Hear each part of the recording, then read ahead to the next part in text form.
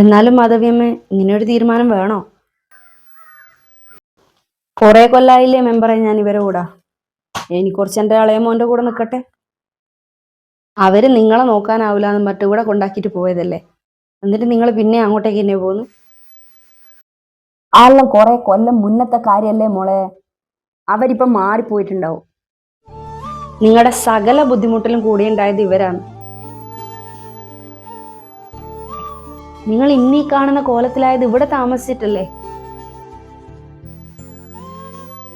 അതാരെ ഔദാര്യം എന്നല്ല മോളെ, ഒരു മൂത്ത മോന്റെ കടമയാണ്. എനിക്ക് ഞാൻ ഇറങ്ങട്ടെ മോളെ.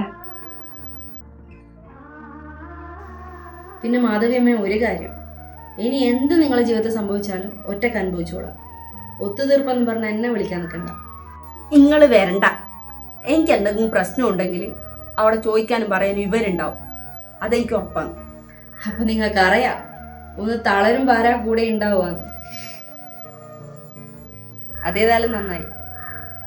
വരട്ടെ മോളെ.